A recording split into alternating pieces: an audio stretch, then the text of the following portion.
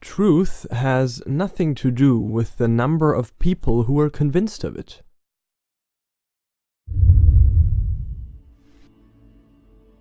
If you are 40 years or older, you may remember January 28, 1986. It was the day of a huge NASA catastrophe off the coast of Cape Canaveral, Florida, where at 11:38 a.m. EST, 73 seconds after takeoff, Space Shuttle Challenger exploded in a tremendous burst over the Atlantic. All 7 crew members were killed, 5 NASA astronauts and the 2 payload specialists.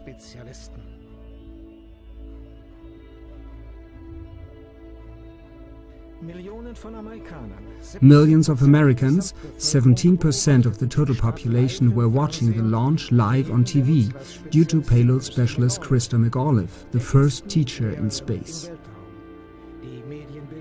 The media coverage of the explosion was extensive. The study reveals that 85% of the Americans questioned had heard of the accident within the hour. The whole world was in a state of shock, and the whole world mourned and took part in the funerals of the Space Shuttle victims.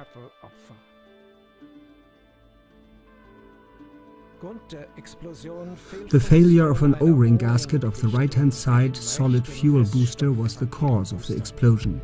The shuttle did not dispose of an ejector seat system, and the impact on the ocean surface was too severe for anyone to survive.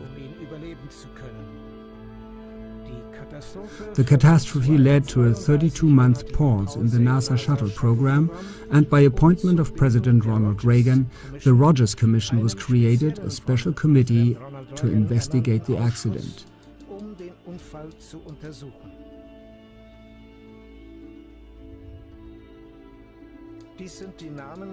These are the names of the 7 crew members of the Challenger. First, Francis Richard Scobie, Commander. Second, Michael John Smith, Pilot. Third, Ronald McNair, Mission Specialist.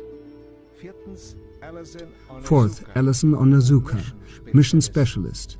Fifth, Judith Resnick, Mission Specialist.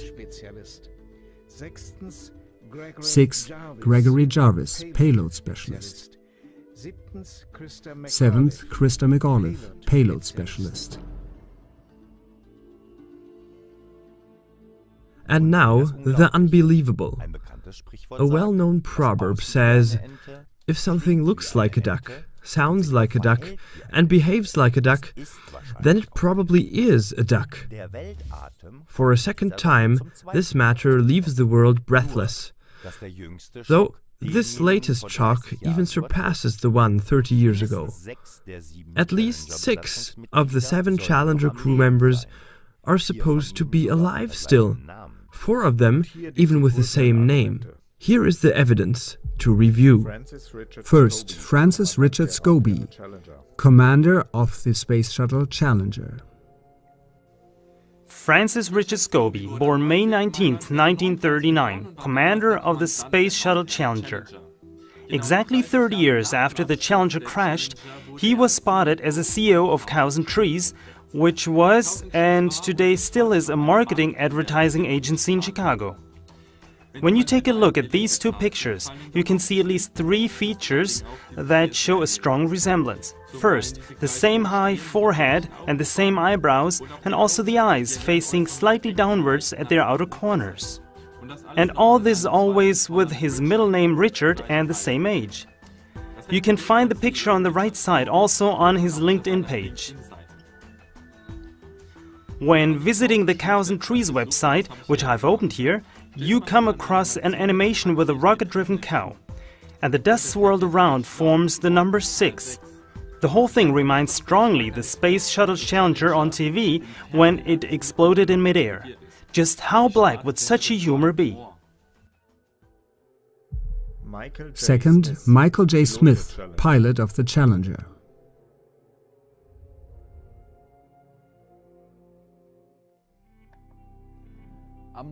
Born on the 13th of April 1945, pilot of the Challenger. Michael J. Smith, 41 years old when he lost his life 30 years ago because of the explosion. The man on the picture to the right also bears the name Michael John Smith, and he's exactly 30 years older now. The resemblance with the astronaut Michael John Smith is striking. The same horizontal eyebrows, the same grey-blue eyes, the same vertical indentation on the tip of his nose. We are talking of an emeritus professor for industry and system engineering at the University of Wisconsin-Madison. Michael John Smith's email address is mjsmith@k.wisc.edu. Third, Ronald McNair, mission specialist of the Challenger. Born on October 21, 1950, Ronald McNair was the second Afro-American astronaut with a doctor's degree in physics. The 66-year-old Carl McNair on the right looks just as Ronald would look today. One day this fact attracted the attention of some American citizens. When addressing him about the astonishing resemblance, it is said that he responded spontaneously that he was the twin brother of the killed astronaut. As the resemblance was more than striking in every aspect, some fellow citizens began to doubt this assertion. Because they did not just want to put out empty allegations, they began to investigate. Previously, it was not known that the late Ronald McNair had a twin brother. However, there was a lot to discover about Carl McNair. For example, that he is an author, an educational consultant and an inspired speaker. That he is the founder and retired president of the Ronald E. McNair Foundation, which he had established in honor of his deceased brother. One detail, however, could not be clarified at the time of that investigation. There are no indications for a twin brother of Ronald McNair named Carl from before 1986. Here's the report of the research of a free journalist.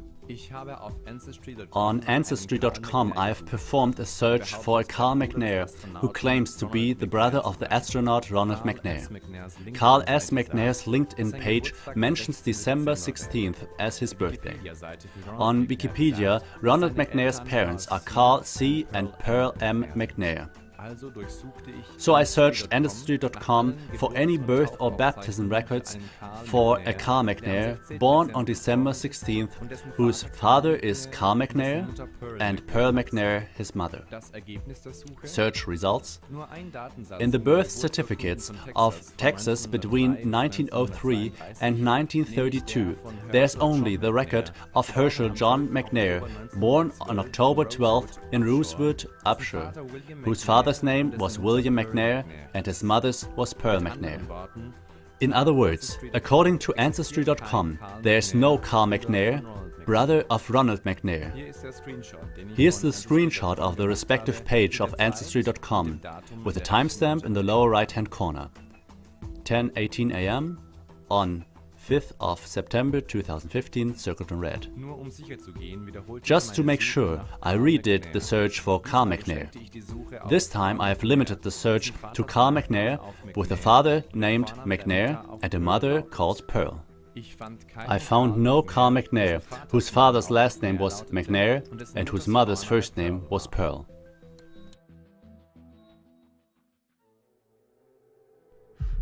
Fourth, Alison Onizuka, mission specialist of the Challenger.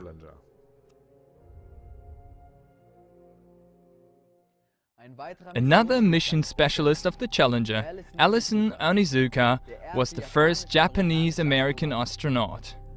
He too was supposed to have shown up in public after the Challenger catastrophe. When asked how on earth he could still be alive, he supposedly defended himself, pretending to be Claude, the twin brother of the deceased astronaut Alison Onizuka. As his assertion was not seen to be credible, some fellow citizens set out for research about a twin brother of the astronaut. The astronaut Alison Onizuka was born in Hawaii on the 24th of June. At the time of that research, there was no birth register containing a twin brother Claude. Claude allegedly claimed to be the younger brother of Alison Onizuka. If Alison was still alive today, he would look exactly like his younger brother Claude on this picture. The same eyebrows, same eyes, same crow's feet wrinkles, same nose, even the same hair parting. Claude Onizuka is a board member of the Department of Liquor Control, County of Hawaii, Hilo, Hawaii. Resulting from another more extensive research by an eyewitness. I also asked Ancestry.com to search for the birth records of a Claude Onizuka, the alleged brother of the astronaut Alison Onizuka. According to Wikipedia's entry on Alison Onizuka, his father was the late lamented Masamitsu Onizuka. His mother is Mitsu Onizuka. Result of the search? Your search for Claude Onizuka returned 0 good matches. Here's the screenshot of the birth register.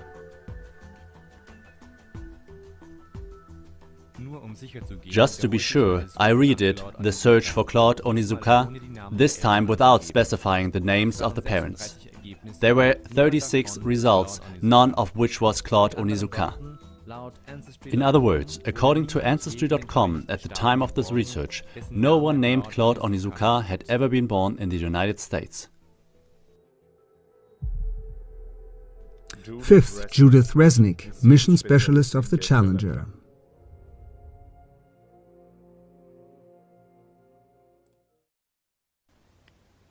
Judith Arlene Resnick, born on April 5, 1949.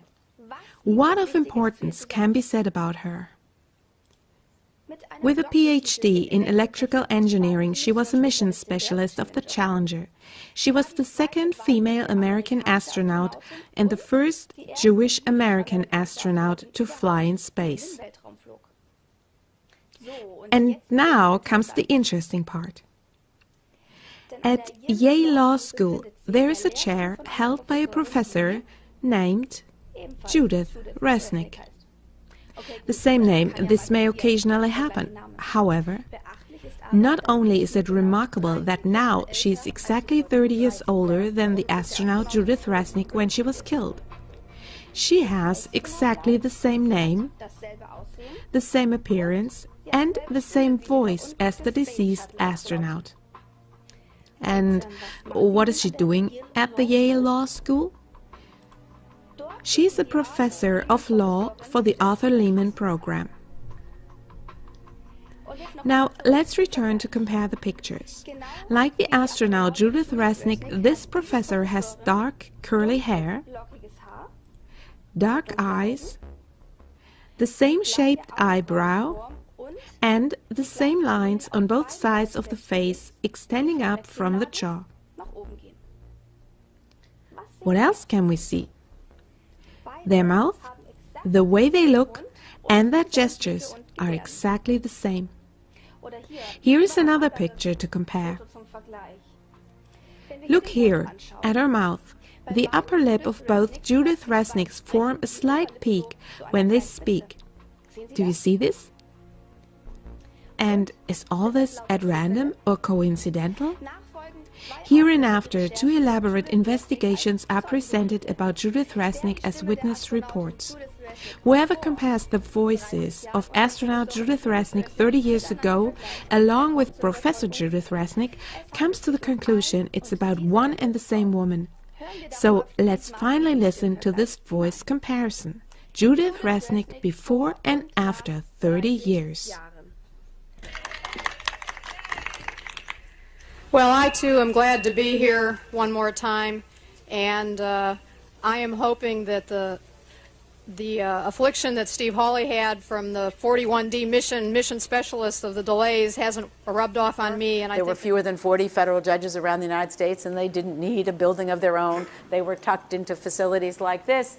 And of course, what the U.S. government did was this was a form of tax, and Marine Hospitals health care. And I think the guys behind me are hoping that it hasn't also. Otherwise, they might throw me. Of course, is the Civil War, and with the Civil War and the North conquest of the South. Otherwise, they might throw me off the flight. The U.S. federal government owned and I will now introduce about 50 buildings around the entire hoping that it has, United as they might States. throw me And off none the flight. Are all these inconsistencies pure coincidences, or is it about a worldwide deception of enormous proportions? One must not mistake the majority for the truth. Sixth, Sharon Christa McAuliffe, payload specialist of the Challenger. On September 2nd, 1948, Sharon Christa McAuliffe was born. She too was one of the astronauts killed on the Challenger. She was a teacher for social studies at Concord High School in New Hampshire, where she was selected from more than 11,000 applicants to participate in the NASA project Teacher in Space.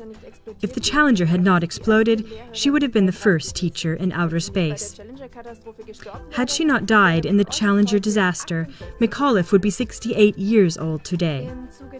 In the course of the research about the space shuttle deception, also for Sharon McAuliffe, apparently an exact double was found with the same looks and, believe it or not, with the same name.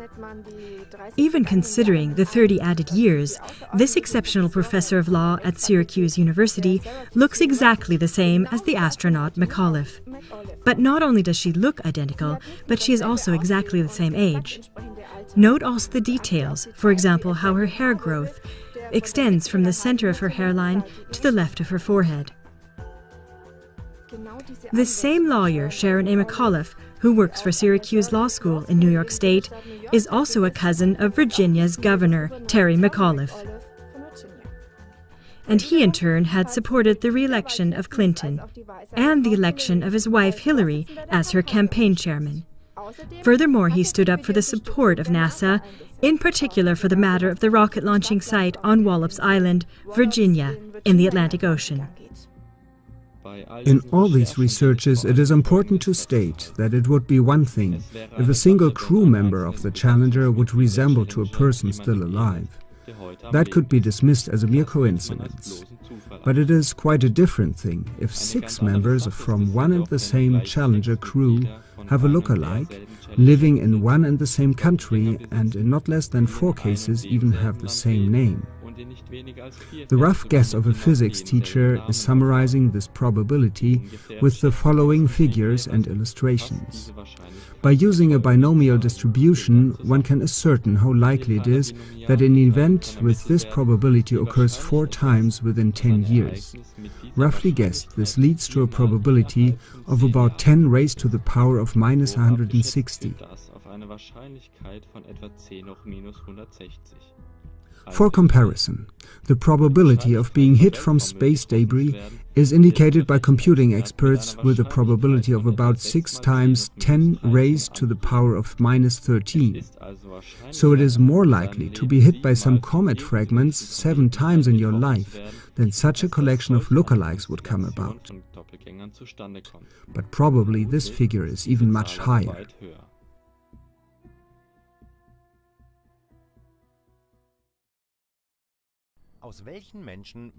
What kind of people would the NASA be composed of if they are able to lie deliberately and to bluff a whole world for more than 30 years? After all, the NASA is an institution which is devouring multi-digit billion-dollar amounts of tax money and private donations every year. What does it mean if not less than 4 elite universities would be involved only in the worldwide space shuttle fraud? The following questions must be absolutely clarified. Who else could be involved into this fraud? Considering all the astronauts presumed dead would then be found as lawyers, jurists, financial experts, etc. So if the entire NASA, astronauts and professors of law, in other words, elite instructors of teachers, etc., would be involved in a global fraud, who else in addition to that? Where's the 7th astronaut, Gregory Jarvis? Is he still alive? For the clarification of all these endless questions, humanity depends upon its own help. Whoever is capable to help is welcome to participate in the clarification of all the problems addressed in this film. According to eyewitness reports from NASA insiders, the NASA did not only lie in some ways, but in every way. A NASA insider reveals. When I was talking with the gentleman from Belcom, and we were discussing the lie, everything he was telling me was different from what we were being told was the truth. And at one point I asked him, I said, man, you guys you lied about a lot, didn't you? And instantly he said, no, we didn't lie about certain things. We lied about everything. None of it was true. Repeatedly in their advertisement films, NASA boasted that their space flights created jobs, first of all in the industry. But now the most urgent question is this: which jobs in exactly which industry? At least in the spaceflight industry, various NASA astronauts were not taking an active part during the Great Moon or Space Shuttle flights. So a NASA insider recently claimed that he cannot take part anymore for his conscience sake in the whole worldwide deception, as he calls it. He says that the NASA does not lie to the world only in some aspects, but in every single aspect. Because of similar testimonies of other NASA insiders, freelance journalists took a kind of a crucial test. With a Bible in their hand, they placed themselves in front of all these famous hyped astronauts and let them swear on the Bible that they really had been on the moon and had not been lying to the world. But listen and watch for yourself. And like this, all astronauts reacted when being asked. You want me to knock you in the head? Well, I want you to swear to God on the Bible that you walked on the moon. Okay. If you walked on the moon, we're given the opportunity to swear to God that you walked on the moon. I'm going to give you the opportunity to get the hell knocked out of you if you don't leave me alone.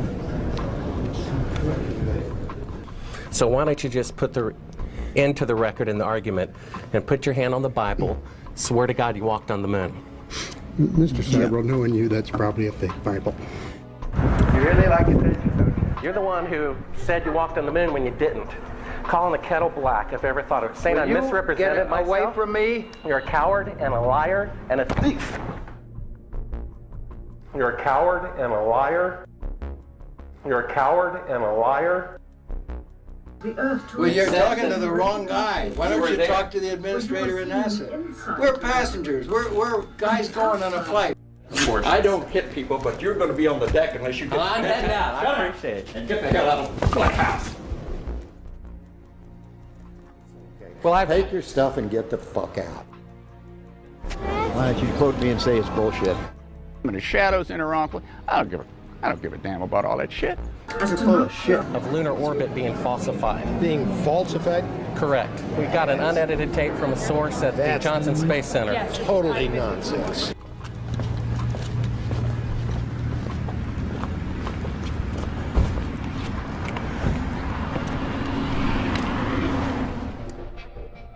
Mr. Seibel, you do not deserve answers. If you show this publicly, you're open for a lawsuit. Okay? All these reactions also endorse the suspicion that there seems to be something really fishy in the whole of NASA operations. Where were all these astronauts staying during their famed space missions? And what are the objectives pursued? Were they only on vacation at the expense of taxpayers and investors? Probably not. But which are the imaginings all these people are realizing during their world-famous moon and space flights when they are not on board of a rocket? Therefore, the world public would have to ask the following questions. How many pictures taken by NASA are actually real? Which of the pictures are faked? Is the entire scientific worldview incorrect? Which branches of science are lying as well? Where went all those trillions of dollars of donations and tax money if it was not used for the pretended purpose? Which mass media are involved? Had the mass media been fooled, or are they part of the fraud? Which global corporations are also involved? What about the moon if the whole story of the moon landing has been faked? What number of government bodies, legal institutions, military people and secret services are part of it? How many universities, faculties, law schools, economic sectors and so on are involved? Klagemauer TV thanks you in advance for all relevant information.